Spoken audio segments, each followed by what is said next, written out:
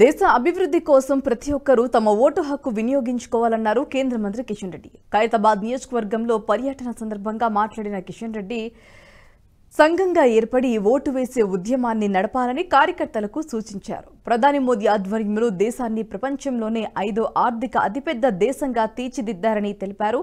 క్రమశిక్షణతోనే ఆర్థికంగా బలపడ్డామని, డిజిటల్ లావాదేవీల్లో మన దేశం అమెరికాను దాటేసిందని తెలిపారు. కాంగ్రెస్ హయాంలో దేశంలో ఎక్కడ చూసినా కూడా షాక్ ఐఏఎస్ ఏజెంట్లు ఉండేవారని, కర్ఫ్యూలు, మత కలహాలు, బాంబు పేలుళ్లు ఉండేవన్నారు. కానీ మోదీ దేశాన్ని సురక్షితంగా తీర్చిదిద్దారని తెలిపారు.